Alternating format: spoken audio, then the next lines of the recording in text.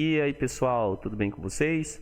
Professor Chaves aqui para mais uma mini aula de instalações elétricas e hoje eu quero trazer mais um vídeo de dimensionamento usando o critério da queda de tensão, tá?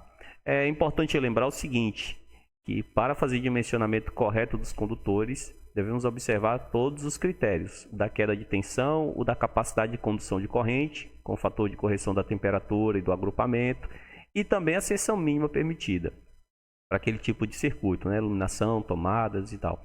Então, de acordo com os três critérios, fazemos os cálculos para os dois critérios, né? Porque o seção mínima é tabelado pela NBR.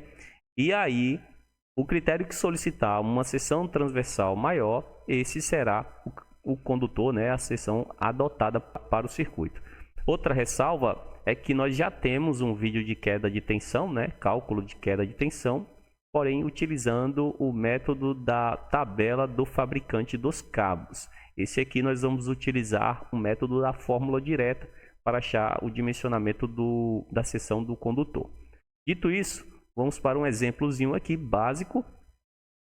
Nesse caso, nós temos que dimensionar o condutor, né, os condutores, para uma instalação que terá uma corrente de 25,91 amperes. Já temos a corrente do circuito e seguindo aí as informações, nós temos uma distância de 40 metros do quadro de distribuição. Isso aqui também é uma coisa muito importante, uma informação relevante, porque quando se trata de uma carga que está distante do quadro de distribuição, nós podemos utilizar até 4% de queda de tensão. Bom, esse é a queda de tensão percentual permitida do quadro de distribuição para a carga. Quando se trata do quadro de medição até o quadro de distribuição, aí nós teríamos que utilizar no máximo 1%, beleza? Então isso também tem padrão lá pela NBR 5410. Já que podemos usar 4%, vamos usar 4%.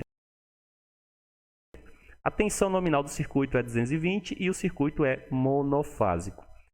Importante ressaltar aqui que para circuitos monofásicos, seja com fase neutra ou duas fases, nós temos que usar essa fórmula, tá bom? Para circuitos trifásicos, nós temos que fazer uma pequena mudança e aí eu farei outro vídeo para mostrar utilizando a fórmula para circuitos trifásicos, beleza? Então, resumindo aqui as informações, nós temos corrente nominal do circuito, 25,91 amperes, distância de 40 metros, tensão 220 volts, queda de tensão percentual 4%, e a resistividade do cobre, que nós estamos utilizando o cabo de cobre aqui nesse exemplo, que é 1 dividido por 58 ohms por milímetro quadrado ou por metro. E aí nós vamos usar essas informações na fórmula, aplicação direta na fórmula. A fórmula nós temos esse 2 aqui, que trata-se do circuito monofásico. Então, sempre que for circuito monofásico, nós vamos ter esse 2 aí. Essa letra grega, o Rho, nós colocaremos a resistividade do cobre. Aqui nós temos o L da distância, né? O comprimento do circuito, a corrente de projeto, né? IB. Embaixo nós temos o percentual de queda de tensão e a tensão nominal. Feito esse cálculo, nós multiplicamos por 100 e vamos achar a seção transversal. Vamos olhar aí. Então, substituindo na fórmula, né? A fórmula está aqui em cima para a gente observar. Nós temos 2 multiplicando por 1 sobre 58, que é a resistividade do cobre, multiplicando por 40, que é a distância em metros, multiplicando por 25,91, que é a corrente.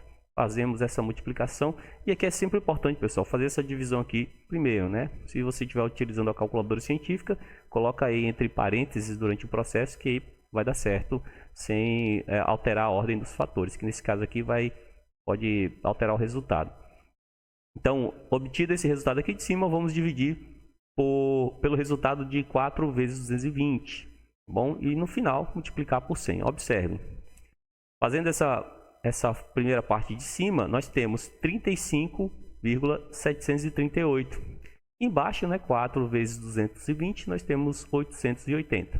Então vamos dividir o 35,738 por 880 e depois multiplicar por 100. Então, nós vamos ter aí um resultado próximo a 4 milímetros, né? Na verdade vai ser 4,0 alguma coisa.